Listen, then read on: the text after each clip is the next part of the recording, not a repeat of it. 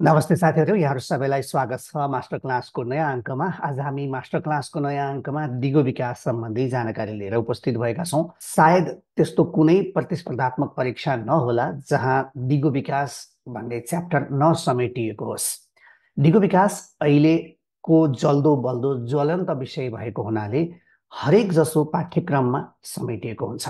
तपाईँ जुनसुकै प्रकारको प्रतिस्पर्धात्मक परीक्षामा सहभागी हुन लाग्नु भएको भए पनि दिगो विकासको बारेमा नजानी हुँदैन।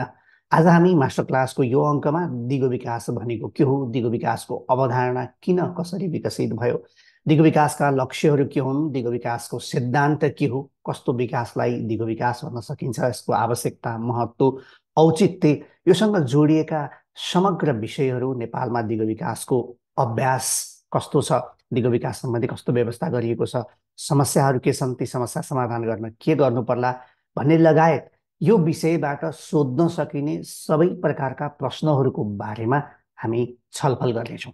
तपाईँले यो भिडियोलाई अन्तिमसम्म हेर्नुभयो भने दिगो विकासको सम्बन्धमा यहाँहरूमा रहेका सबै जिज्ञासाहरूको समाधान भेट्नुहुनेछ भन्ने मैले आशा र अपेक्षा लिएको छु।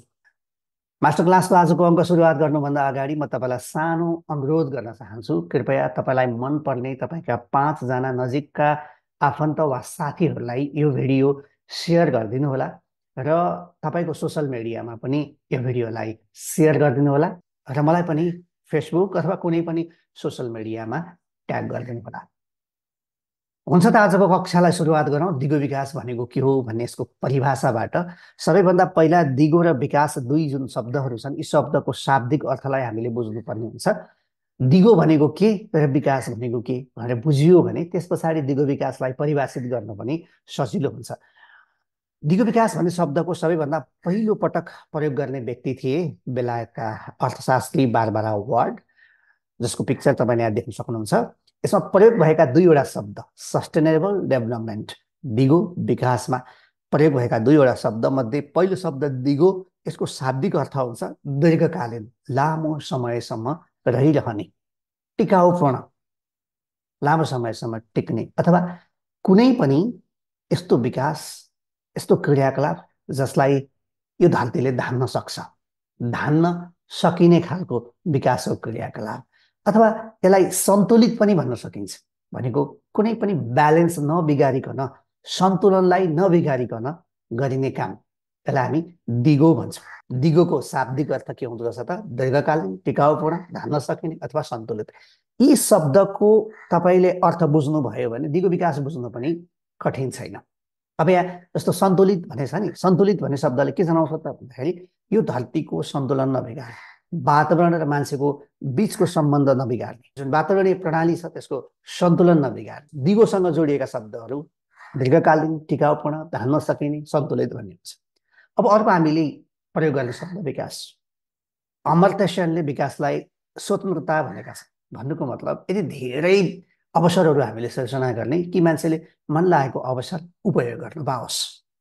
यसलाई तपाईँहरूले सामान्यतया सकारात्मक, गुणात्मक वृद्धि, अभिवृद्धि भनेर पनि बुझ्नुहुन्छ, अथवा अपेक्षित अवस्थातर्फको यात्रा भनेर पनि विकासलाई बुझिन्छ। समृद्धिको रूपमा पनि यसलाई बुझ्न सकिन्छ। र सामान्यतया अहिलेको सर्वमान्य विकासको परिभाषा भनेको मानवीय छनौटका अवसरहरूलाई फराकिलो बनाउने हो।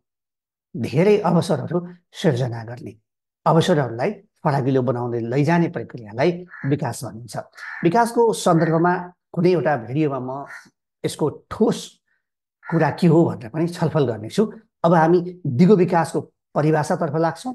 त्यहाँबाट नै दिगो विकास भनेको के हो तपाईँले सजिलै बुझ्न सक्नुहुन्छ। दिगो विकासको सन्दर्भमा धेरै परिभाषाहरू छन्, तर अहिले धेरै प्रचलनमा रहेको परिभाषा सन् 1987मा ब्रुटल्यान्ड कमिसनले दिएको प्रतिवेदन आवर कमन फ्युचरमा उल्लेख गरिएको परिभाषालाई नै राम्रो परिभाषाको रूपमा लिन सकिन्छ। तपाईँलाई जाँचमा दिगो विकास भनेको के हो भन्ने कुरा सोध्यो भने तपाईँले यही परिभाषा उल्लेख गर्नुभयो भने उत्तम हुन्छ। यो परिभाषाले के भन्छ भन्ने विषयको अब हामी चर्चा गर्छौँ। ब्रुटल्यान्ड कमिसनको प्रतिवेदन आवर कमन फ्युचरमा उल्लेख भएको परिभाषालाई मैले नेपालीमा उल्लेख गरेको छु। यसले के भन्छ भने विकासका क्रियाकलाप सञ्चालन गर्दा भावी पुस्ताको आवश्यकतासँग सम्झौता नगरिकन वर्तमान पुस्ताको आवश्यकता र आकांक्षा परिपूर्ति गर्ने विधिको अवलम्बन गर्नु नै दिगो विकास हो। यो परिभाषाले के भन्छ भने नि दिगो विकास भनेको एउटा विधि हो। के को विधि? विकासको विधि, विकासका क्रियाकलापहरू सञ्चालन गर्ने विधि। खानेपानीको आयोजना सञ्चालन गर्दा, हाइड्रो प्रोजेक्ट सञ्चालन गर्दा, कुनै सडक बनाउँदा, भवन बनाउँदा, विद्यालय सञ्चालन गर्दा, कुनै पनि विकासका क्रियाकलापहरू सञ्चालन गर्दाखेरि अवलम्बन गर्ने एउटा विधि। यसले के भन्दो रहेछ त भन्दाखेरि यो एउटा यस्तो विधि हो जसले वर्तमान पुस्ताको आवश्यकता र आकांक्षाको सम्बोधन गर्छ। किनभने विकास भनेकै यस्तो क्रियाकलाप हो जसको सञ्चालन गरिसकेपछि हामीले हाम्रो आवश्यकता वा आकांक्षाको परिपूर्ति गर्छौँ। हाम्रो आवश्यकता र आकांक्षा परिपूर्ति गर्नका लागि जे जस्ता क्रियाकलापहरू सञ्चालन हुन्छन् तिनीहरूलाई नै हामी के भन्छौँ त? विकास भन्छौँ। मानिलिउँ मेरो घरसम्म हिँडेर आउनुपर्छ, कोही बिरामी भयो भने मान्छेलाई बोकेर डोकामा बोकेर लानुपर्छ भने मलाई सडकको आवश्यकता छ। मेरो आवश्यकता परिपूर्ति गर्नको लागि सडक मेरो घरसम्म ल्याउँछु, अथवा मेरो घरसम्म आएको सडक साँघुरो छ, म फराकिलो बनाउँछु, छेउछाउमा फुलहरू रोपेको सुन्दर सडक बनाउँछु, मेरो आकांक्षाको सम्बोधन होला। जहिले पनि विकासले सम्बोधन गर्ने भनेको मान्छेको आवश्यकता र आकांक्षा पुरा गर्ने हो। तर दिगो विकास यस्तो विधि हो रे जसले अहिलेको मान्छेको आवश्यकता र आकांक्षा मात्रै पुरा गर्दैन, आउने पुस्ताको आवश्यकता र आकांक्षा पुरा गर्ने सामर्थ्य जुन यो धरतीसँग रहनुपर्छ त्यो नबिगारिकन, अघि मैले दिगोको शाब्दिक अर्थ भनेको थिएँ नि, सन्तुलित, त्यो धरतीको सन्तुलन नबिगारिकन, वातावरणको सन्तुलन नबिगारिकन, वातावरणको पूर्णता नबिगारिकन आउने पुस्ताहरूले पनि आफ्नो आवश्यकता र आकांक्षा पुरा गर्न सक्ने क्षमता, त्यो गुणस्तर त्यो धरतीलाई छोडिदिएर हाम्रो आवश्यकता र आकांक्षा परिपूर्ति गर्ने विकासको विधि नै दिगो विकास हो। त्यही भएर यो परिभाषाले के भन्नु त भन्दा भावी पुस्ताको आवश्यकतासँग सम्झौता नगरिकन, भन्नुको मतलब यो धरतीमा जन्मदै नजन्मेका मान्छेहरू, यो धरतीमा अहिलेसम्म नरहेका मान्छेहरूको अधिकारको बारेमा पनि यसले वकालत गर्दो रहेछ। उनीहरूलाई सम्झेर मान्छेको जाति नै लोप नहोस्, यो धरती यतिकै सुन्दर रहिरहोस्, हाम्रा नाति पनाति पुस्ताहरूले पनि अथवा आउने हजारौं वर्ष पछाडिका पुस्ताहरूले पनि जीवनको आनन्द लिन सकुन् भन्ने विषयलाई ध्यानमा राखेर अहिलेको पुस्ताको आवश्यकता र आकांक्षा परिपूर्ति गर्ने विकासको विधि। किन यसले भावी पुस्ताको बारेमा चिन्ता लियो त भन्दा हामीसँग भएका जति पनि स्रोत साधन छन्, हामीले जुन विकासका क्रियाकलापहरू सञ्चालन गर्छौँ ती क्रियाकलापहरू सञ्चालन गर्न सर्वथोक प्राप्त गर्ने भनेको यही धरतीबाट हो। यही धरतीको पानी, यही धरतीको माटो, यही धरतीको खनिज पदार्थ, यही धरतीको जल जमिन जङ्गल उपयोग गरेर नै हामीले हाम्रा विकासको क्रियाकलापहरू सञ्चालन गर्ने हो। जति पनि यो धरतीमा रहेका नाशवान प्राकृतिक स्रोत साधनहरू छन् तिनीहरूको हामीले उच्चतम प्रयोग गर्यौँ अथवा एकै पुस्तामा सकाउने तरिकाले प्रयोग गर्यौँ भने आउने पुस्ताको लागि बाँच्न पनि कठिन हुन्छ। यो धरतीलाई प्रदूषित बनाएर छोडिदियौँ, जङ्गल विनाश गरेर छोडिदियौँ, जलको प्रदूषण बढाएर लैदियौँ, बायोडाइभर्सिटीलाई बिगार्यौँ भने आउने पुस्ताहरूको लागि बाँच्न कठिन हुने समय निम्तिन्छ। त्यसैले हाम्रो आवश्यकता र आकांक्षा परिपूर्ति गर्नको लागि आउने पुस्ताको आवश्यकता र आकांक्षा पुरा गर्ने क्षमता नबिगारिकन विकासका क्रियाकलापहरू सञ्चालन गर्ने विधिलाई के भनेको रहेछ त? दिगो विकास भनेको रहेछ। योसँग जोडिएका अरू केही विषयहरू पनि हेरौँ, त्यसपछि तपाईँ सजिलै दिगो विकास भनेको के हो भन्ने बुझ्न सक्नुहुन्छ। अब यसले के भन्छ त भन्दा विकासका लाभ र गतिलाई वर्तमानका अतिरिक्त भविष्यसम्म सुनिश्चितता दिने अवधारणा नै दिगो विकास हो। अघि दिगोको अर्थ दीर्घकालीन भनेको थियौँ नि हामीले, यस्ता क्रियाकलापहरू सञ्चालन गर्ने जसले अहिलेको पुस्ताको लागि मात्रै नभएर आउने पुस्तालाई पनि सहयोग गरोस्। विकासको गति, विकासको लाभ अहिले धरतीमा रहेका मान्छेहरूले मात्रै होइन, त्यो धरतीमा नजन्मेका आउने पुस्ताले पनि प्राप्त गर्न सकुन् भन्ने विषयलाई ध्यानमा राखेर सञ्चालन गर्ने विकासका गतिविधिहरू।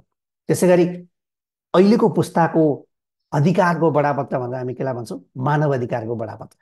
1948 युएनले घोषणा गरेको मानव अधिकार सम्बन्धी विश्वव्यापी घोषणापत्रलाई हामीले मानव अधिकार अथवा यो धरतीमा रहेका मान्छेहरूको अधिकारको, यो धरतीमा जन्मेका मान्छेहरूको अधिकारको बारेमा कुराकानी गर्छौँ भने यो दिगो विकास भन्ने कन्सेप्ट चाहिँ खास गरी भावी पुस्ताको, अर्थात् यो धरतीमा जन्मदै नजन्मेका मान्छेहरूको, हाम्रो मानव जातिको आउँदो पुस्ताको अधिकारको बडापत्र हो भनेर पनि परिभाषित गरेको पाइन्छ।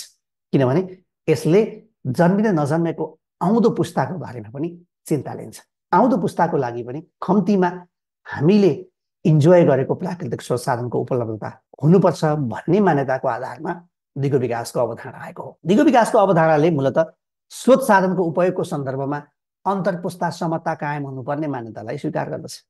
भनेको मतलब दिगो विकासको कन्सेप्टले, दिगो विकासको अवधारणाले के गर्दो रहेछ त भन्दा यो धरती केवल यही पुस्ताको मात्रै पेवा होइन, प्राकृतिक स्रोत साधनहरू यही पुस्ताका मात्रै पेवा होइन, यो सबैको लागि हो, सबै पुस्ताको लागि हो। त्यसैले पाएँ भन्दैमा अहिले सकाइहाल्ने तरिकाले यसको उपयोग गर्नु हुँदैन, यसको सन्तुलित उपयोग गर्नुपर्छ। अर्काको न्याय मर्न दिनु हुँदैन, आउने पुस्तालाई पनि सन्तुलित पृथ्वी छोडेर जानुपर्छ, प्राकृतिक स्रोत साधनहरूको उपलब्धता छोडिदिएर जानुपर्छ भन्ने कन्सेप्टबाट दिगो विकासको अवधारणा सुरुवात भएको।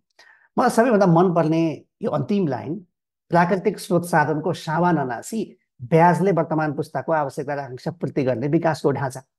भन्नुको मतलब मानिलिउँ एउटा रुख छ, त्यो रुखमा आँप लटरम्म फल्छ भने फलेको आँप खाएर हाम्रो भोक मेटाउने, भोक मेटाउनको लागि त्यो आँपको रुखै ननाच्ने भनेको सावा नबिगार्ने ब्याजले हाम्रो आवश्यकता र आकांक्षा परिपूर्ति गर्ने विकासको ढाँचा भनेको यसले प्राकृतिक सन्तुलनको कुरा, वातावरण सन्तुलनको कुरा, स्रोत साधनको विवेकशील उपयोगको कुरामा जोड दिन्छ भन्ने कुरा हेर्नु पर्यो। प्राकृतिक स्रोत साधनको उपयोगसँग जोडिएको रहेछ दिगो विकास, सन्तुलनसँग जोडिएको रहेछ दिगो विकास भन्ने बुझिन्छ। त्यति मात्रै होइन, अब हामी यो बारेमा थप कुरा जान्दै जान्छौँ है त। दिगो विकासको अवधारणा किन खोजियो त भन्दा यसको ब्याकग्राउन्डमा 1980 को दशकमा विश्वभरिको जनसङ्ख्या अत्यधिक रूपमा वृद्धि भयो, बसोबास अनियन्त्रित हुन थाल्यो, अव्यवस्थित हुन थाल्यो, जसको कारणले गरिबी बढ्दै गयो, असमानता बढ्दै गयो, धनीहरू थप धनी हुँदै गए, गरिबहरू झन्झन गरिब हुँदै गए, सहरीकरण बढ्दै गयो, जसले गर्दा पानीमा, जमिनमा, जङ्गलमा प्रदूषण बढ्यो, विनाश निम्तिन थाल्यो, मरुभूमिकरण फैलिँदै गयो, औद्योगिकरणको तीव्रताले गर्दा वातावरणमा प्रदूषण बढेर गयो, अनि पूर्वाधार जन्ने ठुल्ठुला संरचनाहरू निर्माण भए, जसले गर्दा बायोडाइभर्सिटीलाई असर गर्न थाल्यो, बजारहरूको विस्तार भयो, भनेको सर्वथोक किन्ने र बेच्नेमा सीमित भयो, व्यापार बढ्न थाल्यो, नाफा आर्जन गरिसकेपछि धनी भइन्छ, राम्रो भइन्छ भन्ने मान्यता बजारले विस्तार गर्न थाल्यो। ठुल्ठुला प्रोजेक्टहरू बन्दाखेरि बायोडाइभर्सिटीमा असर लिन्थ्यो। मानिलिउँ कुनै नदीलाई थुनेर हामीले ताल बनायौँ, त्यहाँबाट विद्युत उत्पादन गर्न थाल्यौँ, तर ड्यामभन्दा मुनि रहेका जलचरहरू अथवा त्यहाँको प्राणीहरूको जीवन, त्यहाँको खेतीपाती, त्यहाँका किसानहरूको हरिबिजोग हुन थाल्यो। त्यस पछाडि यसरी विकास गरेर हुँदैन, विकास सन्तुलित हुनुपर्छ, विकासले वातावरणको संरक्षण गर्ने खालको हुनुपर्छ, कम्तीमा यो धरतीको होलनेस बिगार्नु हुँदैन, पृथ्वीले धान्न सक्ने क्षमताभन्दा बढीको जनसङ्ख्या विस्तारलाई रोक्नुपर्छ, पृथ्वीको धान्न सक्ने क्षमता पहिचान गरेर मात्रै हामीले विकासको क्रियाकलापहरू सञ्चालन गर्नुपर्छ भन्ने सन्दर्भमा नयाँ अवधारणाको खोजी भयो र दिगो विकासको अवधारणा आएको हो। सन् 1971 फिनल्यान्डको हेलसिन्कीमा पहिलो पटक वातावरणीय भविष्य सम्बन्धी अन्तर्राष्ट्रिय सम्मेलन भयो। त्यसको एक वर्ष पछाडि सन् 1972 को जुन 5 देखि 16 सम्म स्विडेनको स्टकहोममा पहिलो विश्वव्यापी वातावरणीय बैठकको रूपमा मानवीय वातावरण सम्मेलन भयो। यो चाहिँ युएनले आयोजना गरेको पहिलो वातावरणीय सम्मेलन थियो सन् 1972 को जुन 5 देखि 16। यही वातावरणीय सम्मेलनको सुरुवात भएको दिन जुन 5 लाई अहिले हामीले विश्व वातावरण दिवसको रूपमा मनाउँदै आएका छौँ। त्यो भएर मैले यसलाई हाइलाइट गरिदिएको।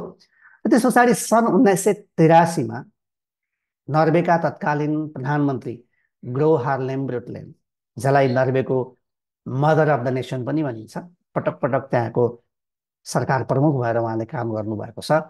उहाँको संयोजकत्वमा एउटा समिति निर्माण गरियो जसले सन् 1987मा आवर कमन फ्युचर नामक प्रतिवेदन पेश गर्यो र त्यहाँ दिगो विकासको अवधारणा उल्लेख गरियो।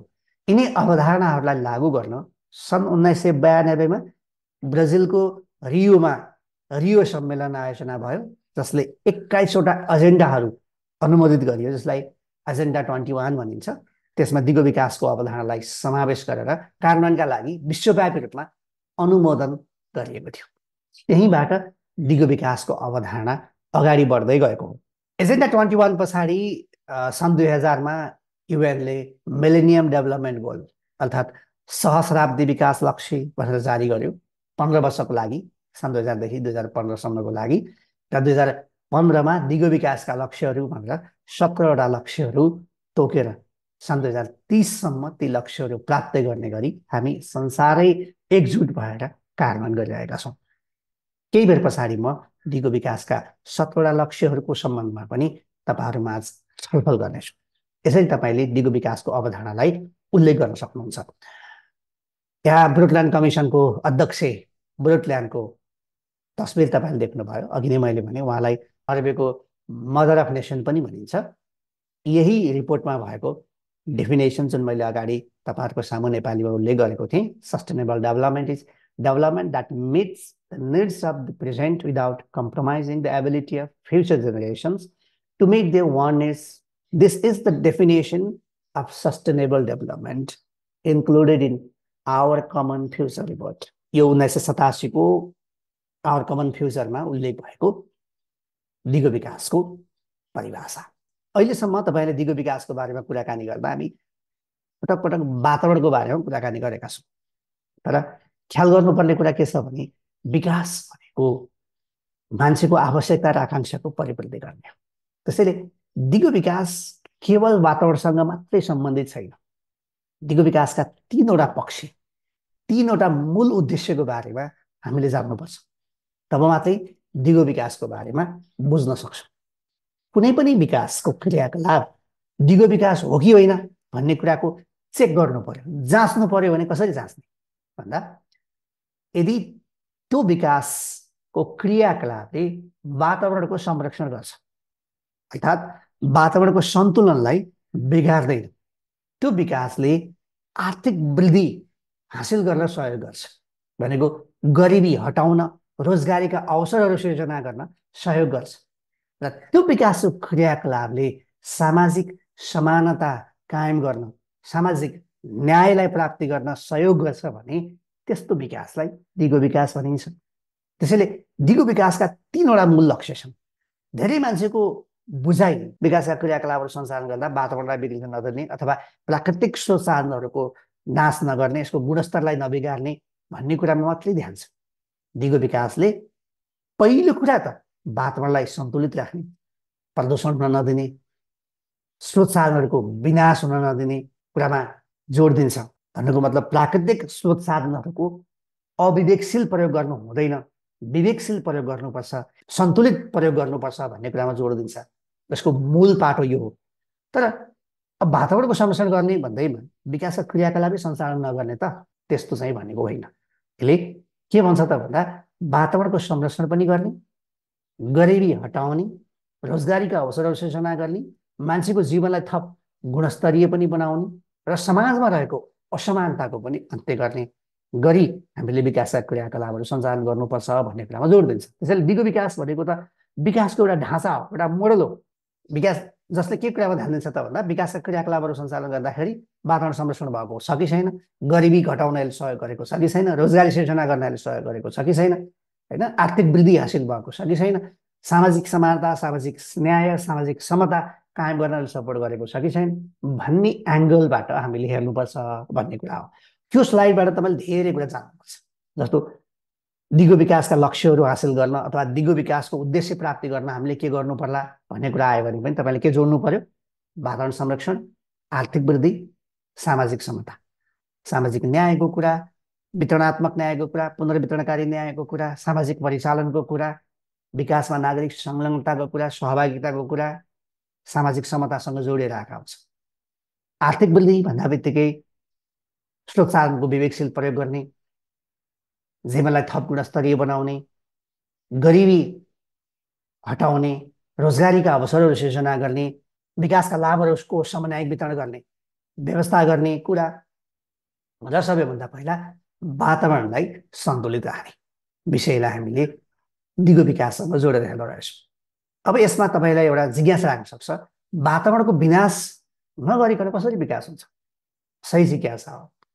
कतै न कतै त हामीले वातावरणको विनाश त गर्नै पर्छ, किनभने जति पनि हाम्रा विकासका क्रियाकलापहरू सञ्चालन गर्छौँ, जे हामीले नयाँ आविष्कार गरेका छौँ भनेका छौँ, यी सारा कुरा यही जलबाट, जमिनबाट, जङ्गलबाट निकालेका कुराहरू हुन् होइन।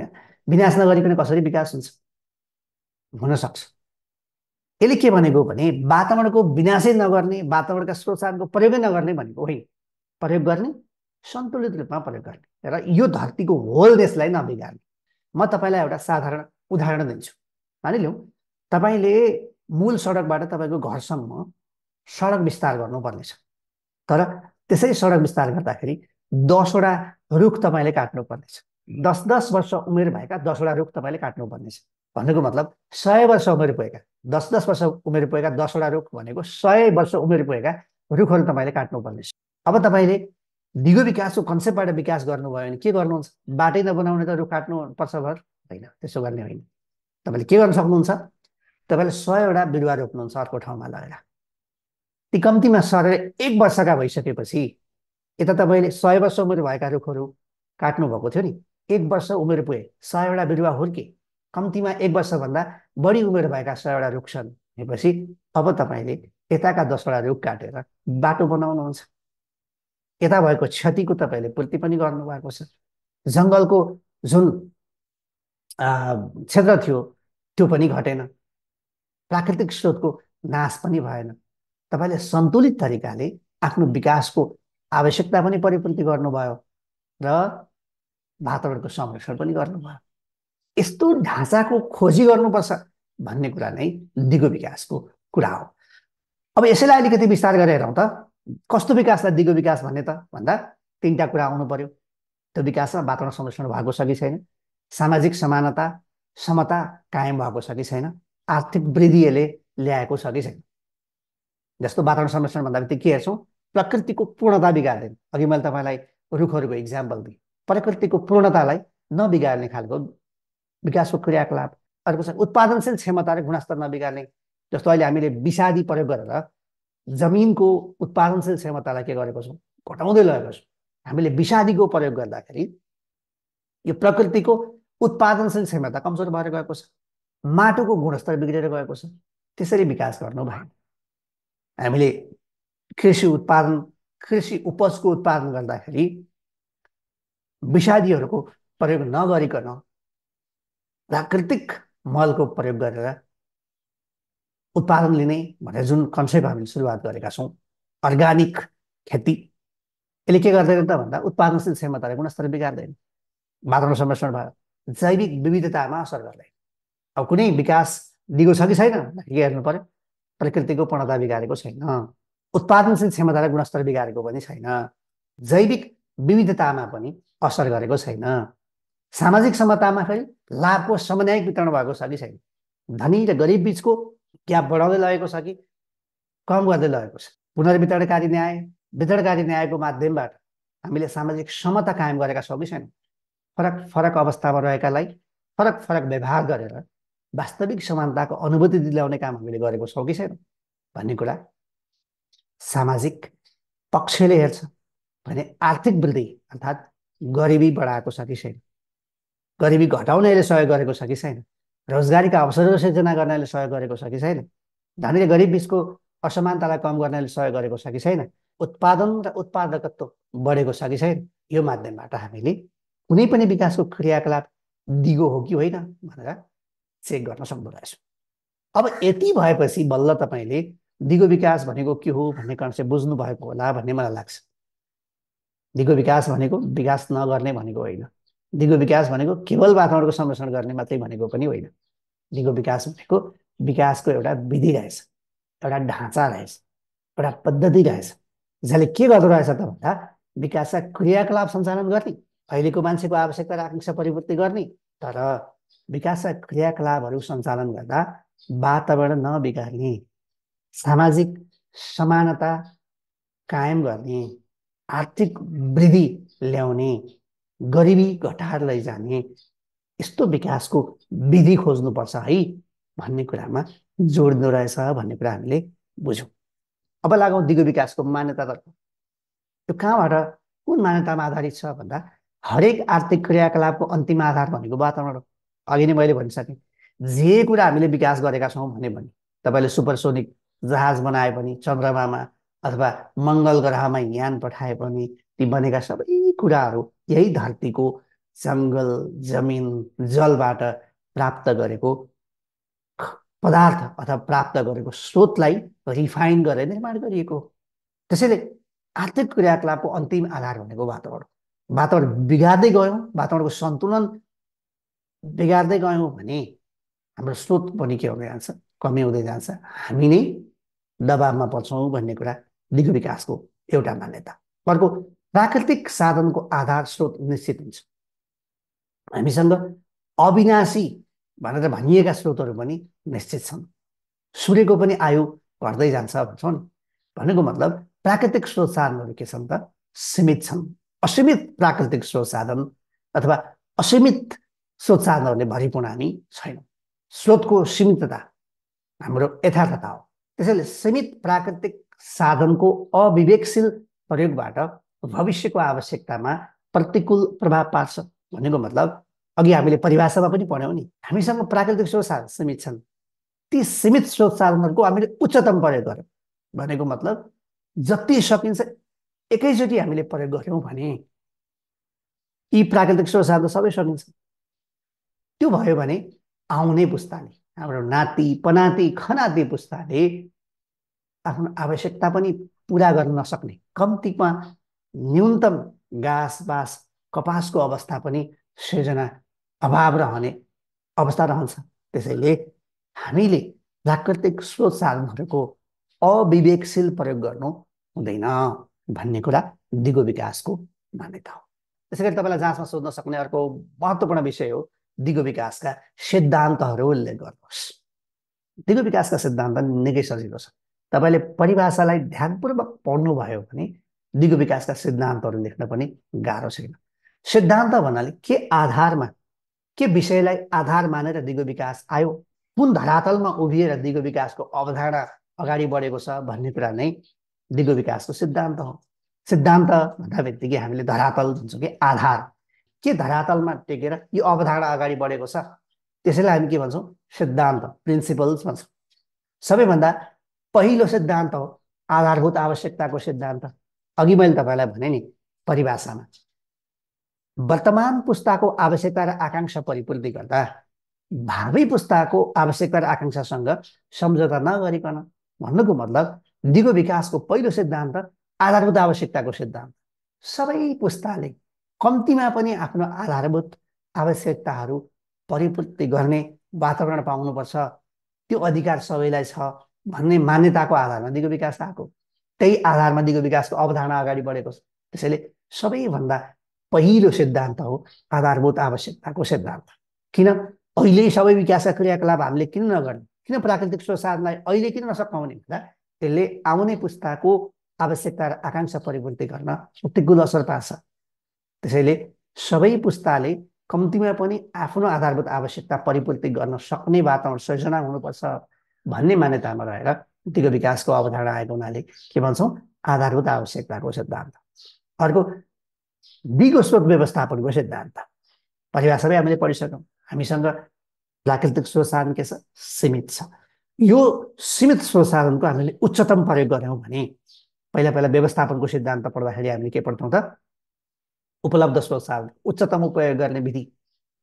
तर यसले के भन्छ त, उच्चतम उपयोग गर्ने अथवा र्याकलेसली उपयोग गर्ने होइन, त्यसको दिगो व्यवस्थापन गर्नु, सन्तुलन नबिगारिकन, पूर्णता नबिगारिकन भविष्यको पुस्तालाई पनि कम्तीमा पनि त्यो स्रोतको गुणस्तर, उत्पादन गर्ने क्षमता र गुणस्तरमा असर नगरिकन विकासका क्रियाकलापहरू सञ्चालन गर्नुपर्छ भनेर पढ्यौँ नि हामीले। त्यो भनेको दिगो स्रोत व्यवस्थापनको सिद्धान्त। अर्को अन्तर्पुस्ता समन्वयको सिद्धान्त।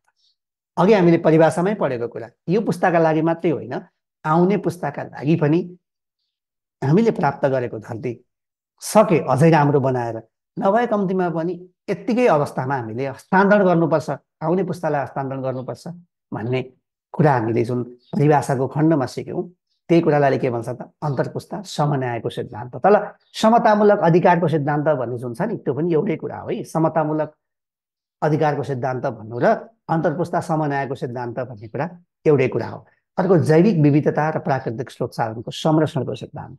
डेफिनेटली दिगो विकास सबैभन्दा पहिला जन्म भएकै वातावरणको संरक्षण, वातावरणलाई प्रदूषण मुक्त बनाउने, वातावरणको सन्तुलन नबिगार्ने, वातावरणको पूर्णता नबिगार्ने, जैविक विविधतालाई असर नगर्ने गरी विकासको विधिको खोजी भएको कारणले दिगो विकासको अवधारणा आएको। त्यसैले हामी के भन्छौँ त जैविक विविधता र प्राकृतिक स्रोत साधनको संरक्षणको सिद्धान्त। तपाईँले अझ संरक्षणको सिद्धान्त मात्रै लेखेर यसलाई थोरै व्याख्या गर्न पनि सक्नुहुन्छ। समतामूलक अधिकारको सिद्धान्त, अहिले पनि हामीले विकासका क्रियाकलापहरू सञ्चालन गर्दा हुने खाने र हुँदा खानेहरूलाई फरक व्यवहार गर्नुपर्छ। फरक फरक अवस्थामा रहेकालाई फरक फरक व्यवहार गरेर वास्तविक समानताको अनुभूति दिलाउनुपर्छ। विकासको अन्तिम लक्ष्य सामाजिक न्याय, सामाजिक समता हुनुपर्छ। हुने खाने र हुँदा खानेहरूको बिचको जुन ग्याप छ त्यसलाई घटाउनुपर्छ, गरिबी निवारण गर्नुपर्छ भन्ने कुरालाई जोड दिएको हुन्छ। त्यसैले समतामूलक अधिकारको सिद्धान्त। र अर्को कुरा, यो पुस्ताले मात्रै नभएर आउने पुस्ताले पनि प्राकृतिक स्रोत साधनहरूको उपयोग गर्न पाउनुपर्छ भन्ने कुराहरूको समतामूलक अधिकारको सिद्धान्तले बोल्छ। मानव केन्द्रित सिद्धान्त, अब यो एकदमै इम्पोर्टेन्ट छ है।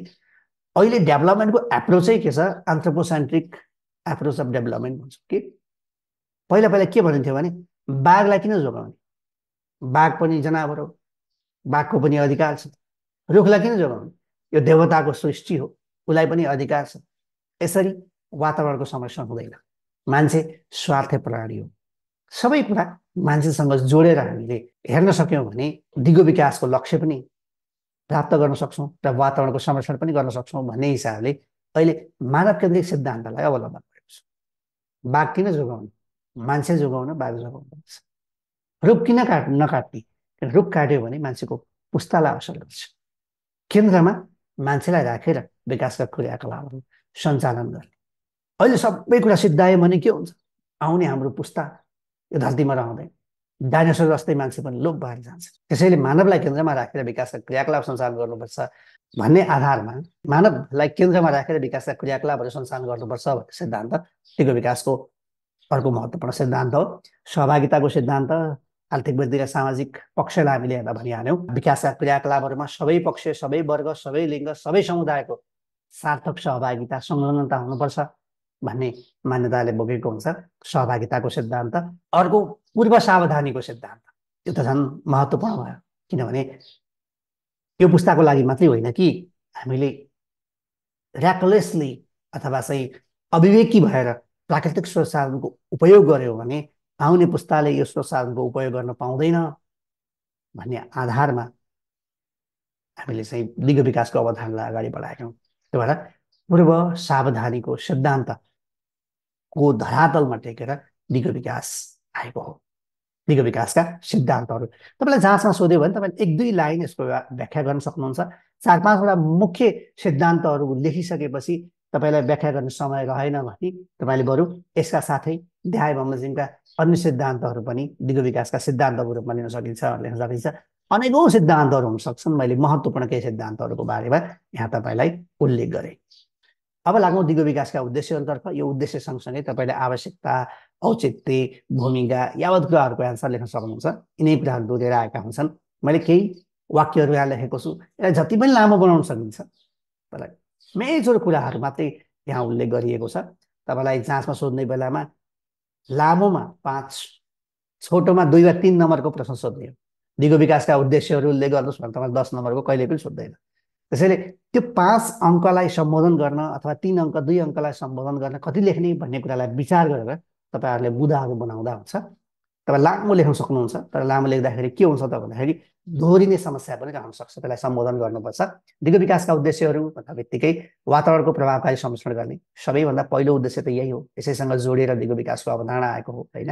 अर्को प्राकृतिक स्वसाधनको विवेकसङ्गत एवं सावधानपूर्ण प्रयोग गर्ने, उच्च स्थिर दिगो आर्थिक वृद्धि हासिल गर्ने, सामाजिक समता कायम गर्ने, सामाजिक उन्नति हासिल गर्ने, मानवीय विकासका पक्षहरूको सबलीकरण गर्ने, गरिबी न्यूनीकरण गर्ने, रोजगारीका अवसरहरू सृजना गर्ने, सामाजिक शान्ति अमन चयन कायम गर्ने, आर्थिक वृद्धिका लक्ष्यहरू हासिल गर्ने, धेरै छ। संस्कृतिहरूको संरक्षण गर्ने, धेरै तपाईँहरूले लेख्न सक्नुहुन्छ। र मेजोर हेर्नुहोस् त, यहाँ पनि हामीले अघि पढेका सिद्धान्त र माथिका तिनवटा पक्षलाई तपाईँले हेर्नुभयो भने तिनवटामा ती तिन सेन्टेन्स लेख्न सक्नुभयो भने पुगिहाल्यो। पहिलो वातावरण संरक्षण, वातावरण संरक्षणसँग तपाईँले के लेख्न सक्नुहुन्छ? वातावरणको संरक्षण गर्ने, प्राकृतिक स्रोतको गुणस्तर, उत्पादनशील क्षमता नबिगार्ने, जैविक विविधताको संरक्षण गर्ने, त्यसको व्यवस्थापन गर्ने वातावरण संरक्षणसँग। अर्को आर्थिक वृद्धि, गरिबी घटाउने, रोजगारीका अवसरहरू सृजना गर्ने, उत्पादन र उत्पादकत्व बढाएर लैजाने, सामाजिक न्याय कायम गर्ने, त्यसको सामाजिक समताको कुरा, असमानताहरू कम गर्दै लैजाने, सामाजिक न्याय कायम गर्ने, वितरणकारी र पुनर्वितरणकारी न्यायको माध्यमबाट सामाजिक न्याय कायम गर्दै समाजमा शान्ति अमन चयन सुनिश्चित गर्ने, मानवीय जीवनलाई थप गुणस्तर बनाउने, धेरै कुराहरू लेख्न सकिन्छ। त्यो तिनवटा पक्ष तपाईँले हेर्नुभयो भने यो दिगो विकासका उद्देश्यहरू, यसको आवश्यकता, महत्त्व, औचित्य लेख्न गाह्रो छैन, सजिलै तपाईँले सम्बोधन गर्न सक्नुहुन्छ भन्ने मलाई लाग्छ। अब तपाईँलाई कहिलेकाहीँ जाँचमा दिगो विकासका आयामहरू भनेर सोध्न सक्छ। तपाईँलाई ती आयाममा अगाडि हामीले पढ्यौँ नि, वातावरण संरक्षण, आर्थिक वृद्धि र सामाजिक समता सामाजिक समानताको कुरा, यी तिनवटाले मेन कुरा बोलिहाल्यो। वातावरणीय आयाम, सामाजिक आयाम, आर्थिक आयाम भन्ने कुरा। यो आयाम भन्दा बित्तिकै कुन पक्षबाट हेर्दा के देखिन्छ भन्ने मात्रै हो। तपाईँले वातावरणको आँखाबाट दिगो विकासलाई हेर्नुभयो भने तपाईँले के हेर्नुहुन्छ भन्दा प्राकृतिक स्रोत साधनहरूको सही उपयोग भएको छ कि छैन, विवेकशील प्रयोग भएको छ कि छैन, वातावरणीय सन्तुलन बिग्रेको छ कि छैन, प्रदूषण बढेको छ कि छैन, जैविक विविधताको संरक्षण भएको छ कि छैन, यिनै कुरालाई हेर्नुहुन्छ। सामाजिक आँखाबाट हेर्नुभयो भने विकासले समता कायम गरेको छ कि छैन, समानता बढाएको छ कि छैन, धनी गरिब बिचको जुन असमानताको खाडल छ त्यसलाई कम गर्न सहयोग गरेको छ कि छैन, समाजमा शान्ति अमन चयन छ कि छैन, समाजको कुनै वर्ग लिङ्ग पछाडि परेको छ कि छैन, सीमान्तकृतहरूको सशक्तिकरण गर्नु भएको छ कि छैन, सामाजिक आँखाले हेऱ्यो। आर्थिकबाट हेऱ्यो भने सबैले रोजगारी प्राप्त गरेका छन् कि छैनन्, गरिबी निवारण भएको छ कि छैन, पर्याप्त आम्दानीको माध्यमबाट मान्छेले आफ्नो आवश्यकताहरू परिपूर्ति गर्न सकेको छ कि छैन, जीवन गुणस्तरीय भएर गुणस्तरीय जीवनको माध्यमबाट रचनात्मक जीवनको आनन्द लिन सक्ने अवस्था र अवसरहरू सृजना भएको छ कि छैन भन्ने कुरा हेर्छौँ। सजिलो छ, त्यस्तो गाह्रो छैन। अब यहाँ वातावरणीय आयाम भन्यो भने तपाईँले के लेख्न सक्नुभयो त भन्दा उत्पादनका स्रोत र साधनको पुनरुपयोग, पुनर्नवीकरण, पुनर्आविष्कार गरी प्राकृतिक साधनको उपयोग गर्ने कुरा वातावरणीय आयाममा हामीले हेर्छौँ। मानव र प्रकृतिका बीचमा फलदायी अन्तर्सम्बन्धको विकास गर्ने भनेको एकले अर्कोलाई सपोर्ट गर्ने, विकास र वातावरण बीचको अन्तर्सम्बन्धको विकास गर्ने, प्राकृतिक स्रोत साधनको उपयोग र विकासका क्रियाकलापको बीचमा नैतिकता र विवेकशीलता। अघि पनि मैले भने अविवेकी भएर स्रोत साधनको उपयोग गर्ने होइन कि विवेकशील रूपमा यो धरतीमा रहेका स्रोत साधनहरूको उपयोग गर्ने कुरा वातावरणीय आयामले हेर्छ। त्यसै गरी आर्थिक आयाममा अघि पनि मैले तपाईँले भनिसकेँ, आर्थिक आयाम भन्दा बित्तिकै आर्थिक स्रोत साधनमाथिको पहुँच, रोजगारीका अवसरहरूको सृजना जसको माध्यमबाट हामीले गरिबी न्यूनीकरण गर्न सक्छौँ, गरिबी निवारण र समानता, आर्थिक असमानताको अन्त्य यावत कुराहरू आर्थिक आयाममा हेरिन्छ। सामाजिक आयाम भन्दा बित्तिकै वितरण र पुनर्वितरण प्रक्रियाबाट न्यायोचित प्रक्रियाको अवलम्बन, सामाजिक सहभागिता, परिचालन, सशक्तिकरण, सामाजिक सुरक्षा आदिको माध्यमबाट सबैका लागि, सबैको साथ, सबैको विश्वास, सबैको विकास गर्ने विधिको रूपमा हामीले दिगो विकासलाई हेरेका हुन्छौँ। दिगो विकासको सामाजिक आयामले के हेरेको हुन्छ त भन्दा समाजमा असमानता घटेको छ कि छैन, समाजमा शान्ति अमन चयन छ कि छैन, हुँदा खाने र हुने खानेहरूलाई फरक फरक सम्बोधन गरिएको छ कि छैन, फरक फरक अवस्थामा रहेकाहरूलाई फरक फरक व्यवहार गरेर वास्तविक समानता कायम गर्ने विधिको अवलम्बन भएको छ कि छैन, पछाडि परेका वा पारिएका वर्ग लिङ्ग समुदाय जातिको सशक्तिकरणमा ध्यान पुगेको छ कि छैन, विकासका क्रियाकलापमा सामाजिक सहभागिता, सामाजिक परिचालन कस्तो छ, आफ्नो न्यूनतम आवश्यकता पनि परिपूर्ति गर्न सकिने वर्ग, समुदाय, उमेरका मान्छेहरूलाई सामाजिक सुरक्षाको ग्यारेन्टी भएको छ कि छैन, यी कुराहरू हामी केबाट हेर्छौँ, सामाजिक आयामबाट हेर्न सक्दो रहेछौँ। त्यस्तै गरी सांस्कृतिक आयामहरू, सांस्कृतिक मूल्य मान्यताको संरक्षण भएको छ कि छैन, सांस्कृतिक विविधताको उपयोग गरिएको छ कि छैन, विकासमा सांस्कृतिक पक्षको उपयोग छ कि छैन, होइन। प्राविधिक आयाम भन्ने बित्तिकै प्राकृतिक स्रोत साधनलाई न्यून असर गर्ने प्रविधिको प्रयोग भएको छ कि छैन, प्रविधिको प्रयोग गर्दाखेरि कम प्रदूषणयुक्त प्रविधिको प्रयोग गर्ने, वातावरणको स्रोत साधनहरूलाई न्यून असर पार्ने प्रविधिको प्रयोग गर्ने कुरालाई हामीले प्राविधिक आयाममा हेर्छौँ। मानवीय आयाम भन्दा बित्तिकै रोजगारी सुनिश्चितताको कुरा, गरिबी निवारणको कुरा, मानवीय विकासका पक्षहरूको सबलता भन्दा बित्तिकै मानवीय विकास भन्नाले हामीले के हेर्छौँ त, मान्छेको क्षमताको विकास गर्ने र त्यो क्षमताको उपयोग गर्ने अवसरहरू सिर्जना गर्ने कुरालाई हामी के हेर्छौँ त, मानवीय आयामबाट हेर्छौँ। र सबैको भविष्य सुनिश्चित छ कि छैन भनेको गुणस्तरीय जीवनको आनन्द लिन सक्ने अवसर हामीले सिर्जना गर्न सकेका छौँ कि छैन भन्ने कुरा मानवीय आयामले हेर्छ। कहिलेकाहीँ तपाईँलाई राजनीतिक आयाम भनेर पनि कतै पढ्नुहुन्छ। राजनीतिक आयाम भन्दा बित्तिकै हामीले चुनावी प्रक्रियाहरूमा खर्चिलो चुनाव प्रणाली, लोकतन्त्रको सबलीकरण, लोकतान्त्रिक मूल्य मान्यताको अवलम्बन, बहुमतको सदर, अल्पमतको कदरको अवस्था कस्तो छ, संविधानवाद, विधिको शासन, यी कुराहरू हामीले केमा हेर्छौँ त, राजनीतिक आयाममा हेर्छौँ। लोकतन्त्रको अभ्यास स्वतन्त्र तरिकाले भएको छ कि छैन भन्ने कुरा राजनीतिक आयाममा हेरिन्छ। यदि लोकतन्त्रको अभ्यास भएन भने समाजमा विवाद बढेर जान्छ, हुँदा खाने र हुने खानेको बिचको असमानता छन् फराकिलो हुँदै जान्छ, समाजमा नैराश्यता पैदा हुन्छ, नैराश्यताको माध्यमबाट विवादको सृजना हुन्छ, विवाद द्वन्द्वमा रूपान्तरण हुन्छ र दिगो शान्तिमा खतरा निम्तिन्छ भन्ने तरिकाले के हेर्नु पर्यो, राजनीतिक आयामलाई पनि तपाईँले हेर्न सक्नुहुन्छ। जहाँसम्म तपाईँलाई दिगो विकासका आयामहरू उल्लेख गर्नुहोस् सोध्यो भने मलाई लाग्छ त्यति गाह्रो छैन, सजिलै तपाईँले सम्बोधन गर्न सक्नुहुन्छ।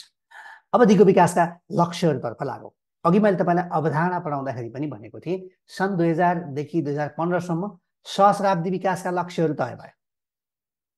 संयुक्त राष्ट्रसङ्घले सहस्राब्दी विकासका लक्ष्यहरू तय गर्यो र 2015 सेप्टेम्बर 25मा संयुक्त राष्ट्रसङ्घको 70औँ महासभाबाट 193 देशले हस्ताक्षर गरी दिगो विकासका 17 लक्ष्य र 169वटा परिमाणात्मक लक्ष्यहरू जारी भए, जसलाई सन् 2016को जनवरी 1देखि लागू गरेर सन् 2030 डिसेम्बर 31सम्म जारी रहने गरी पारित गरियो। यहाँबाट तपाईँलाई प्रथम पत्रमा अथवा सामान्य ज्ञानमा पनि प्रश्न सोध्न सक्छ, यो कहिले पारित भएको हो? 2015 सेप्टेम्बर 25मा। अनि संयुक्त राष्ट्रसङ्घको कतिौँ महासभाले पारित गरेको सोध्न सक्छ, यो भनेको 70औँ महासभाबाट। कतिवटा लक्ष्य छन्? 17वटा। कतिवटा परिमाणात्मक लक्ष्य छन्? 169वटा। यो कहिले लागू भयो? 2016 जनवरी 1देखि लागू भयो। कहिलेसम्म लागू रहन्छ? 2030 डिसेम्बर 31सम्म लागू रहन्छ। अब यो दिगो विकासका 17वटा लक्ष्यहरू 5 भागमा हामीले विभाजन गरेर हेर्न सक्छौँ। 5वटा पिल्लरमा आधारित छ यो, 5 P प्रिन्सिपल भन्छ। पहिला पिपुल, अघि पनि मैले तपाईँलाई सिद्धान्त पढाउँदाखेरि भनेको थिएँ नि, मानव केन्द्रित विकासको विधि, मानव केन्द्रित विकासको सिद्धान्तलाई अहिले अवलम्बन गरेको छ। र दिगो विकासको सबैभन्दा महत्त्वपूर्ण पक्ष भनेकै पिपुलसँग सम्बन्धित छ। मान्छेको जीवनलाई गुणस्तरीय बनाउनु, विकासको अन्तिम उद्देश्य भनेको पनि मानवीय जीवनलाई गुणस्तरीय बनाउने हो। फेरि तपाईँलाई लाग्ला गुणस्तरीय जीवन भनेको कस्तो? गुणस्तरीय जीवन भनेको 3टा कुरालाई ध्यान दिनु पर्यो। एउटा, स्वस्थ र दीर्घायु। दोस्रो, पर्याप्त आय, भनेको आफ्नो आवश्यकता आकाङ्क्षा परिपूर्ति गर्न सक्ने गरी आय प्राप्त गर्ने। र तेस्रो, रचनात्मक जीवनको आनन्द लिन सक्ने वातावरण, भनेको तपाईँलाई कस्तो जीवन आवश्यक परेको छ, कस्तो जीवन तपाईँ चाहनुहुन्छ, त्यस्तै तरिकाको जीवन बाँच्न चाहने। जस्तो तपाईँ किसान हुनुहुन्छ, बिरुवा उम्रेको, बिरुवा बढ्दै गएको, फुलेको, फलेको देख्दा तपाईँलाई आनन्द लाग्छ भने त्यही काम गरेर जीविकोपार्जन गर्ने। तपाईँ फोटो खिच्न रुचि छ, फोटोग्राफर भएर जीविकोपार्जन गर्ने। यसलाई हामी भन्छौँ रचनात्मक जीवनको आनन्द, है पिपुलको कुरा। अर्को, प्लानेट, वातावरण संरक्षणको कुरा हेरौँ। प्रोस्पेरिटी, समृद्धि, आर्थिक वृद्धिको कुरा अघि हामीले हेरिसकेका छौँ। विकास फेरि वृद्धि भएन भने कसैले पनि चित्त बुझाउँदैन, प्रोस्पेरिटी। र नेक्स्ट, पिस, द्वन्द्वरत समाजमा सबैभन्दा बढी अपेक्षा गरिएको कुरा नै के हो त? शान्ति। जीव र धनको सुरक्षा भन्छौँ नि, सुरक्षा भयो भने उसले के महसुस गर्छ? शान्ति। अहिले मानसिक शान्ति, शारीरिक शान्ति, वातावरणीय शान्ति, धेरै कुरा हेर्छौँ हामीले। शान्ति र अर्को यी सारा काम कुनै मुलुकले एक्लै गर्न सक्दैन, न एउटा मान्छेले न एउटा समुदायले एक्लै गर्न सक्छ। यो काम गर्नको लागि संसारभरिका बहुपक्षको संलग्नता चाहिन्छ, साझेदारी चाहिन्छ। त्यसैले भन्छ पार्टनरसिप। यी 17वटा लक्ष्य people, planet, prosperity, peace and पार्टनरसिपमा आधारित छन्। 5P को प्रिन्सिपलमा आधारित भएर हामीले के गरेका छौँ? दिगो विकासका लक्ष्यहरू सञ्चालन गरेका छौँ। अब यो दिगो विकासका 17वटा लक्ष्य पनि अघि मैले तपाईँलाई भने नि, वातावरण संरक्षण, सामाजिक न्याय, सामाजिक समानताको कुरा र आर्थिक वृद्धिको कुरा। यो जुन दिगो विकासका 3वटा मूल लक्ष्य हामीले जुन डिस्कसन गऱ्यौँ परिभाषाकै खण्डमा, त्यसैसँग जोडिएर 17वटा लक्ष्य बनाइएको छ है। र एउटा अन्तिममा यी सबै काम गर्नको लागि एक्लै नभएको हुनाले साझेदारी चाहिन्छ। हामीले 17 नम्बरमा विश्व साझेदारी भनिन्छ। जस्तो आर्थिक पक्षहरू तपाईँले हेर्नुभयो भने मर्यादित रोजगारी र आर्थिक वृद्धि, उद्योग, नवप्रवर्तन र पूर्वाधार, असमानताको न्यूनीकरण, विवेकपूर्ण र दिगो उत्पादन उपयोग भन्ने कुरा आर्थिक पक्षले हेर्छ। लैङ्गिक समानताको कुरा, किफायती र स्वच्छ ऊर्जाको कुरा, गरिबी अन्त्यको कुरा, भोकमरी अन्त्यको कुरा, दिगो सर समुदायको कुरा, सुस्वास्थ्य तथा समृद्ध जीवनको कुरा, शान्ति, न्याय, सक्षम समाजको कुरा, गुणस्तरीय शिक्षाका कुरा केसँग जोडिएका छन्? सामाजिक पक्षसँग जोडिएका छन्। भने वातावरणीय पक्ष, वातावरण संरक्षणसँग जोडिएको विषय, स्वच्छ पिउने पानी र सरसफाइ, जलवायुमा पहल, होइन, पानी मुनिको स्रोत संरक्षण र दिगो उपयोग, जमिनमाथिको स्रोतको दिगो व्यवस्थापन, यी चाहिँ वातावरणीय पक्षसँग जोडिएर रहेका छन्। मैले यहाँ 17वटै लक्ष्यहरूलाई क्रमसँग प्रस्तुत नगरिकन माथि पढेको परिभाषाको आधारमा यहाँ उल्लेख गरेको छु। यो भिडियोमा मैले 17वटा लक्ष्यहरू कसरी भोग्ने भन्ने उपाय लिएर आएको होइन, यहाँ बुझाउन मात्रै मैले खोजेको।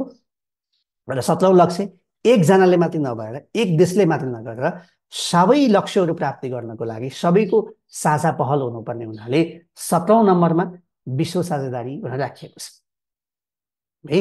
अब यी 17वटा लक्ष्यहरूको बारेमा तपाईँले थोरै के जान्नुपर्छ भने, फर्स्ट पेपरका लागि त 17वटा लक्ष्यहरू के हुन् भनेर घोक्नु पनि पर्ला। बुझ्नुभयो भने सजिलै तपाईँले यिनीहरूको बारेमा व्याख्या गर्न सक्नुहुन्छ। अब नेपालमा दिगो विकासका लक्ष्यहरूको प्राप्ति गर्नका लागि के गर्नु पर्ला भनेर सोध्छ। सबभन्दा पहिला त यसमा तपाईँले जान्नुपर्ने कुरा के हो भने, कहीँ पनि सोध्यो भने पहिलो कुरा के गर्ने भन्छ भने, पहिला दिगो विकासका लक्ष्यहरूको स्थानीयकरण गर्ने भन्छ। स्थानीयकरण गर्ने भनेको के भन्दाखेरि, जति पनि लक्ष्यहरू छन् तिनीहरूलाई हाम्रो आवश्यकता, हाम्रो आकाङ्क्षा अनुसारको बनाउने। फर एन इक्जाम्पल 14 नम्बरमा तपाईँले हेर्नुभयो भने समुद्र मुनिका जीव जनावरहरूको बारेमा कुरा छ। जब कि हाम्रोमा समुद्र छैन भने हामीले के बनाउला? ताल तलैयामा रहेका जीवहरूको कुरा भनेर बनाउला। स्थानीयकरण भनेको त्यो हाम्रो आवश्यकता के हो, हामीसँग सम्बन्धित विषय के छन्। पहिलो कुरा त भाषा पनि स्थानीयकरण, सबै इङ्ग्लिसमा छन् होइन, सबैले आफ्नो आफ्नो भाषामा निर्माण गर्ने, आफूले बुझ्ने भाषामा निर्माण गर्ने र हाम्रो आवश्यकता अनुसार यिनीहरूलाई रिडिफाइन गर्ने। परिमाणात्मक लक्ष्यहरूलाई पनि रिडिफाइन गरेको छ नेपालले पनि। स्थानीयकरण गर्ने पहिलो। दोस्रो पुनः प्राथमिकरण गर्ने भन्छ। पुनः प्राथमिकरण गर्ने भनेको के भन्दा, जस्तो मानिलिउँ 1 नम्बरमा के छ? गरिबी अन्त्य, 2 नम्बरमा भोकमरी अन्त्य छ। मानिलिउँ तपाईँले स्थानीय तहमा काम गर्नुहुन्छ भने कुनै स्थानीय तहमा भोकमरी पहिले अन्त्य भइसकेको हुनसक्छ, त्यहाँ गरिबी पनि कम हुन सक्छ भने अब तपाईँको लागि सबभन्दा महत्त्वपूर्ण विषय के हो?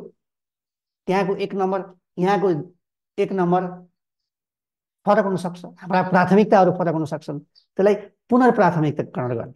जस्तो मानिलिउँ एउटा सहर बन्न लागेको ठाउँ छ भने त्यसको लागि दिगो सहर र समुदाय भन्ने कुरा पहिलो लक्ष्य होला।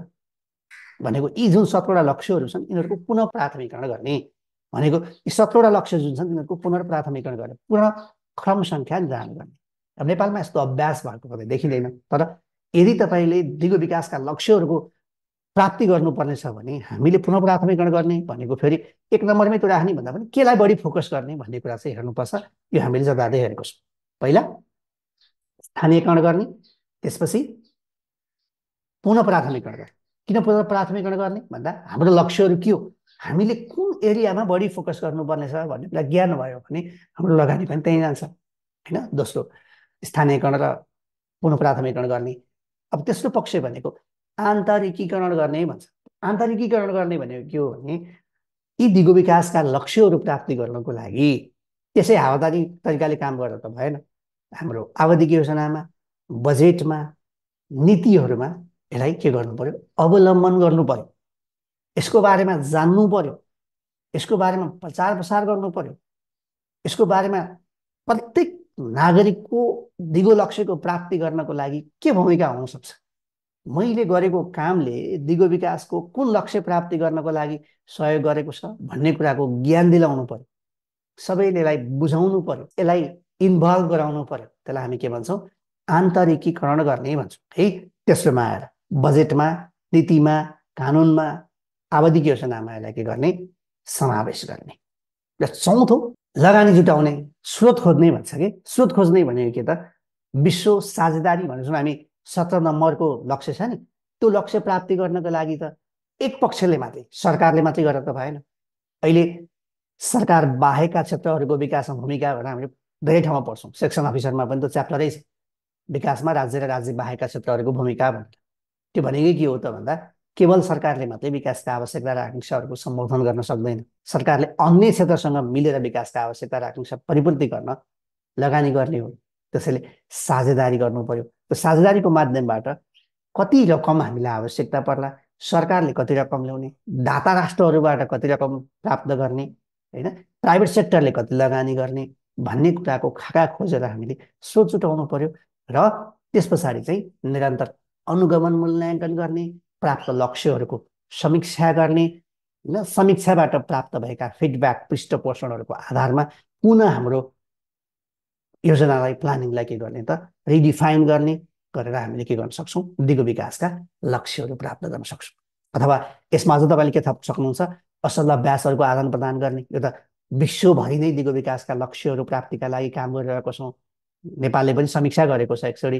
त्यो समीक्षाबाट अरू देशहरूले कसरी त्यो लक्ष्य प्राप्ति गर्न सहयोग गरे, राम्रो अभ्यास गरेका, कुनै क्षेत्रमा राम्रो अभ्यास गरेको कुनै मुलुक छ भने त्यहाँबाट सिक्ने र त्यसलाई चाहिँ हाम्रो वातावरण अनुकूल अथवा हाम्रो समय सन्दर्भ अनुसार परिमार्जन गरेर लागू गर्ने। कपी पेस्ट मात्रै होइन कि ल्याएर हामी अनुकूल बनाएर लागू गर्ने भन्ने कुरा हेर्न सक्नु पर्यो है।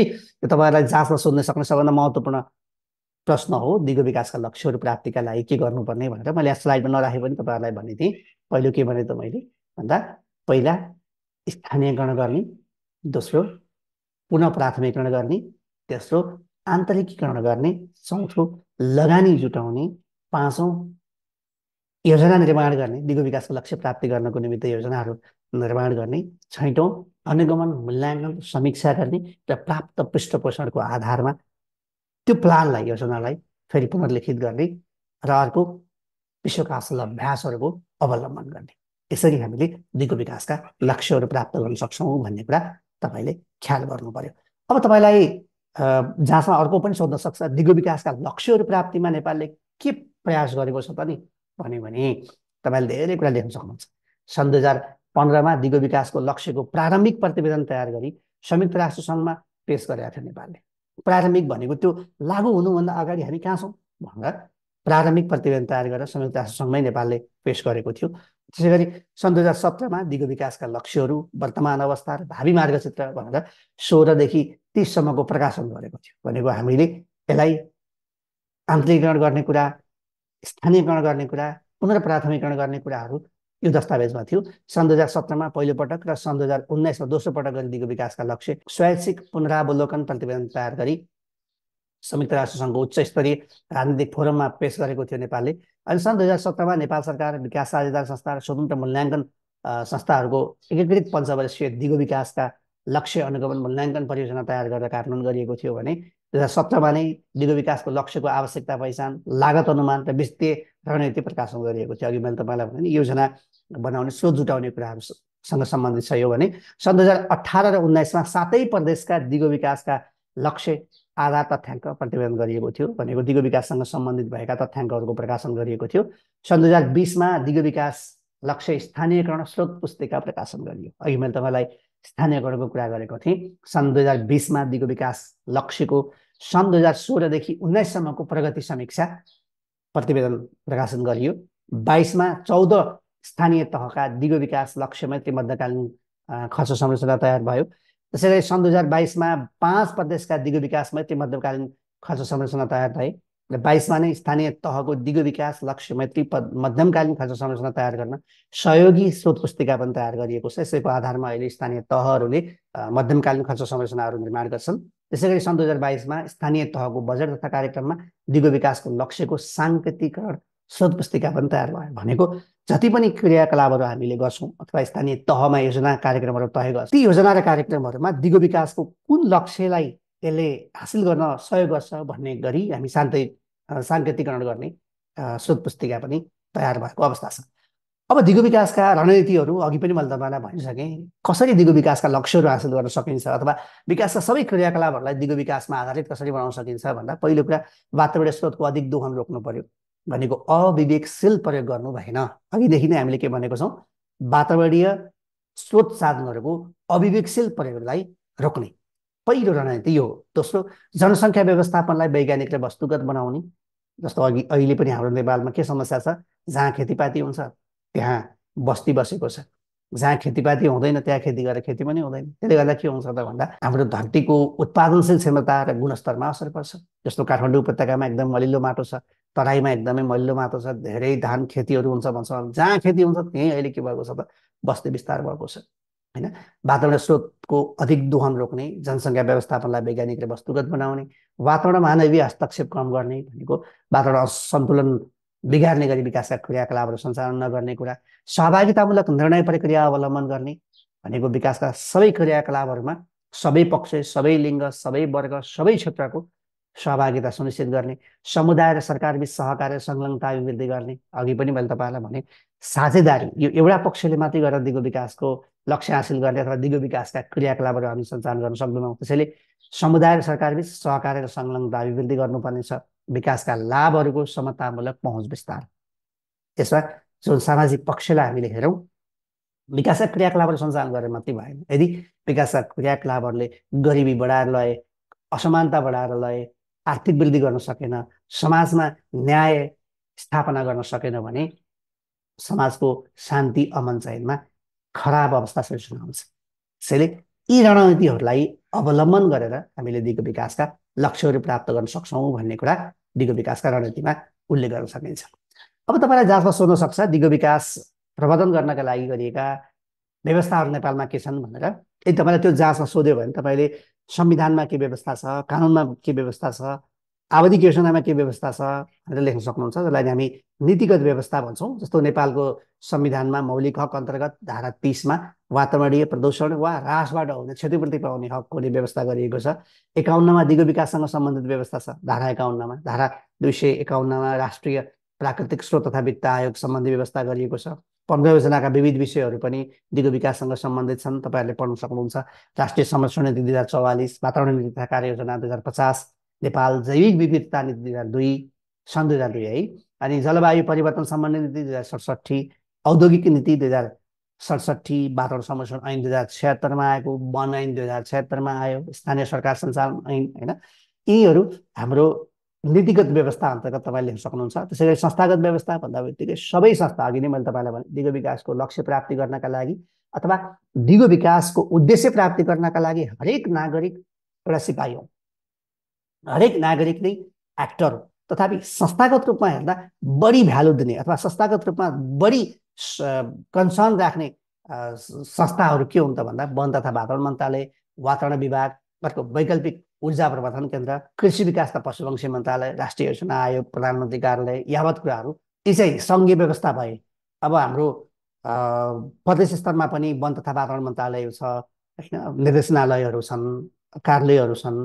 त्यसै गरी स्थानीय तहमा पनि वन तथा वातावरण शाखा हुनसक्छ दिगो विकास हेर्ने, यी यावत कुरा कृषि शाखा हुन्छ, पशुपक्षी शाखा हुन्छ, धेरै संस्थागत व्यवस्थाहरू छन्, त्यसलाई तपाईँले हेर्न सक्नुहुन्छ। र कार्यक्रमको रूपमा पनि कहिलेकाहीँ तपाईँलाई दिगो विकास प्रबन्धन गर्नका लागि कस्ता कस्ता कार्यक्रमहरू नेपालमा सञ्चालन गरेको पाउनुहुन्छ उल्लेख गर्नुहोस् भनेर पनि सोध्न सक्छ है। कार्यक्रमगत रूपमा पनि हामीले विभिन्न कार्यक्रमहरू, जस्तो दिगो विकासका लक्ष्यहरू, वर्तमान अवस्था र भावी मार्गचित्र भनेर 2016देखि 30सम्मलाई हामीले योजना बनाएका छौँ। जलवायु परिवर्तन सम्बन्धी राष्ट्रिय अनुकूलनकारी योजना भन्छ, त्यसलाई नापा भन्छ, अनि स्थानीय अनुकूलनकारी योजना लापा भन्छौँ। हामी ग्लोबल वार्मिङसँग जुझ्नको लागि नापा र लापा भन्ने दुईवटा कार्ययोजनाहरू लागू गरेका छौँ। त्यसै गरी वातावरण प्रदूषण नियन्त्रण, सवारी प्रदूषण तथा औद्योगिक निकासको नियन्त्रणका 14 मापदण्ड निर्धारण गरेर लागू गरिएको छ। वातावरण प्रदूषण कम गर्नको लागि, वायु प्रदूषण कम गर्नको लागि सवारी साधनहरूको प्रदूषण जाँच गर्ने, वातावरण प्रदूषण नियन्त्रण गर्ने, होइन औद्योगिक उद्योगहरू स्थापना गर्दाखेरि पनि यिनीहरूले कुन आधारमा, कुन मापदण्डमा रहेर सञ्चालन गर्नुपर्ने भन्ने कुराहरू चाहिँ 14वटा मापदण्डहरू निर्धारण गरेर लागू पनि भइसकेको अवस्था छ। अनि वातावरण विभागबाट वातावरण लेखाजोखाको व्यवस्था, तपाईँले वातावरणीय लेखाजोखा भन्नाले EIA, IEEका कुराहरू तपाईँहरूले हेर्न सक्नुहुन्छ। जलवायु परिवर्तनको अवसर सम्बन्धमा विश्व समुदायलाई ध्यानाकर्षण गर्नको लागि काला पत्थरमा बैठक गरे नेपालले, होइन राष्ट्रपति चुरे संरक्षण कार्यक्रम, जलवायु परिवर्तन सम्बन्धी अन्तर्राष्ट्रिय सम्मेलनमा सन्धिको पक्ष नेपाल भएर काम गरेको छ। अनि राष्ट्रको रूपमा कोपमा वर्षेनी भाग लिँदै आएको छ। वातावरणसँग सम्बन्धित जुन सम्मेलनहरू छ, कोप सम्मेलनमा पनि नेपालले भाग लिँदै आएको छ। यी चाहिँ विभिन्न मेजर पहलहरू भए।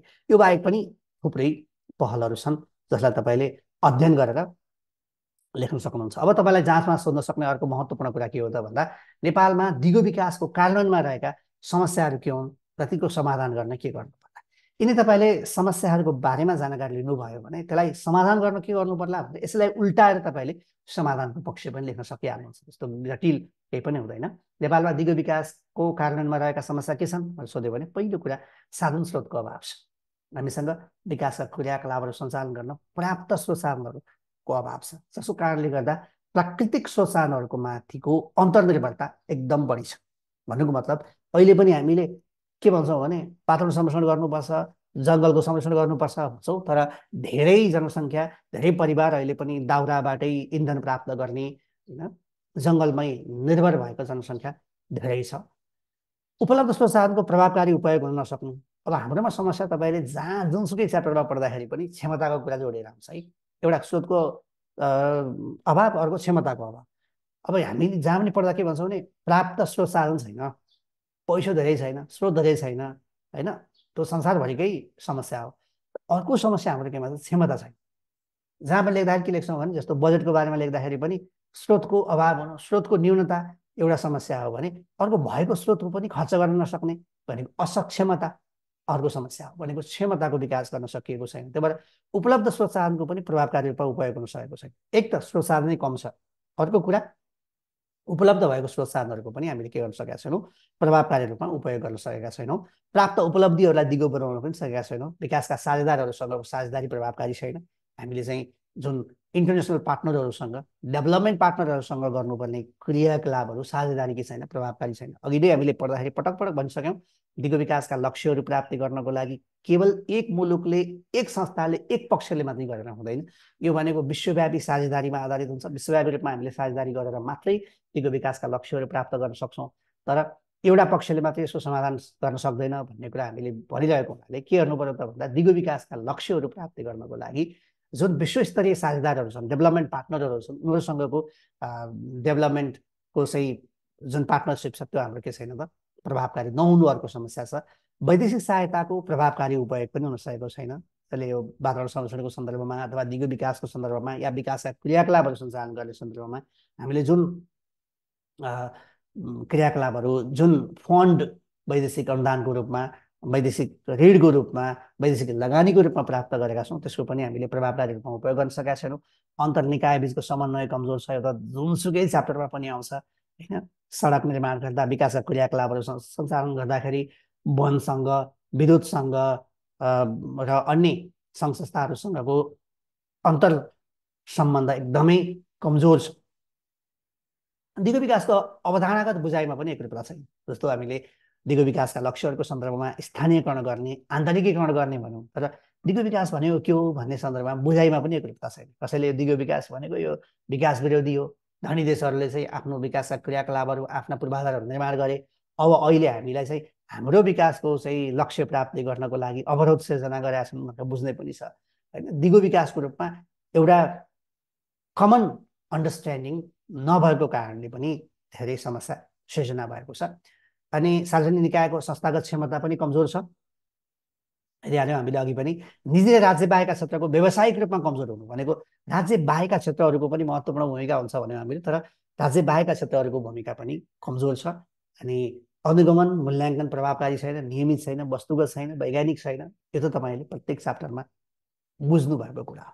अब के गर्ने त नि भनेर तपाईँलाई सोध्यो। भन्नुको मतलब दिगो विकासको कार्यान्वयन गर्नको लागि अथवा विकासका क्रियाकलापलाई दिगो विकासको अवधारणामा आधारित बनाउनको लागि के गर्नु पर्ला भन्यो भने पहिलो कुरा त अब स्रोत साधनको अभाव जहिले पनि हुन्छ। त्यसलाई हामीले के गर्नु पर्यो, उपलब्ध भएको स्रोत साधनलाई प्रभावकारी रूपमा उपयोग गर्नु पर्यो। हाम्रो क्षमता विकास गर्नु पर्यो। प्राप्त भएका जति पनि उपलब्धि छन् ती उपलब्धिहरूलाई दिगो बनाउनु पर्यो। विकासका साझेदारहरूसँगको साझेदारीले प्रभावकारी बनाउनु पर्यो। बहुपक्षको सहकार्य समन्वय बलियो हुनु पर्यो। सरकारी निकायहरूको संस्थागत क्षमता बढाउनु पर्यो। दिगो विकासको अवधारणाको बुझाइमा एकरूपता ल्याउनु पर्यो।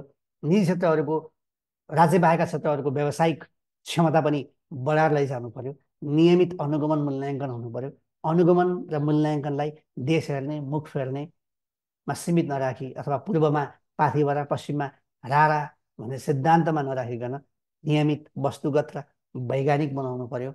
यदि नीतिले अवरोध सिर्जना गरेको छ भने नीतिको समसामयिक सुधार गर्नु पर्यो। सरकारका तहहरूमा भूमिका स्पष्ट हुनु पर्यो। सङ्घले के गर्ने, प्रदेशले के गर्ने, स्थानीय तहको भूमिका के हुने भन्ने कुराको चाहिँ स्पष्टता ल्याउनु पर्यो र सबैको सार्थक सहभागिता, सहकार्य, विश्वास र साथ भयो भने मात्रै हामीले दिगो विकासका क्रियाकलापहरू अथवा विकासलाई दिगो विकासमा रूपान्तरण गर्न सक्छौँ भनेर तपाईँले लेख्न सक्नुहुन्छ। समाधान सोध्यो भने पनि सजिलो छ, त्यस्तो जटिल केही छैन। हुन्छ त आजका लागि यति नै। आज हामीले लगभग 1 घन्टाभन्दा बढी दिगो विकासको बारेमा छलफल गऱ्यौँ। तपाईँलाई आजको भिडियो कस्तो लाग्यो? दिगो विकासको सम्बन्धमा तपाईँसँग अझै पनि कुनै डाउट छन् भने कृपया तल कमेन्ट सेक्सनमा लेख्नु होला। मैले त्यही कमेन्ट सेक्सनमा तपाईँहरूलाई जवाफ दिने प्रयत्न गर्नेछु। यो भिडियोलाई राम्रो लाग्यो भने तपाईँहरूले आफ्नो साथीहरूमाझ बाँड्न कन्जुसाइ गर्नुहुने छैन, त्यसले मलाई ठुलो हौसला प्रदान गर्नेछ भन्ने कुरा तपाईँहरू सामु राख्दै आजका लागि तपाईँबाट म विष्णुप्रभा सापकोटा छुट्टी माग्छु। अर्को दिन अर्को भिडियोमा तपाईँ र मेरो भेट अवश्य हुनेछ। तबसम्मको लागि सफलताका रङहरूले यहाँहरूको जीवनमा सधैँ खुसीको इन्द्रणी बगिरहोस्। फेरि भेटौँला। नमस्कार।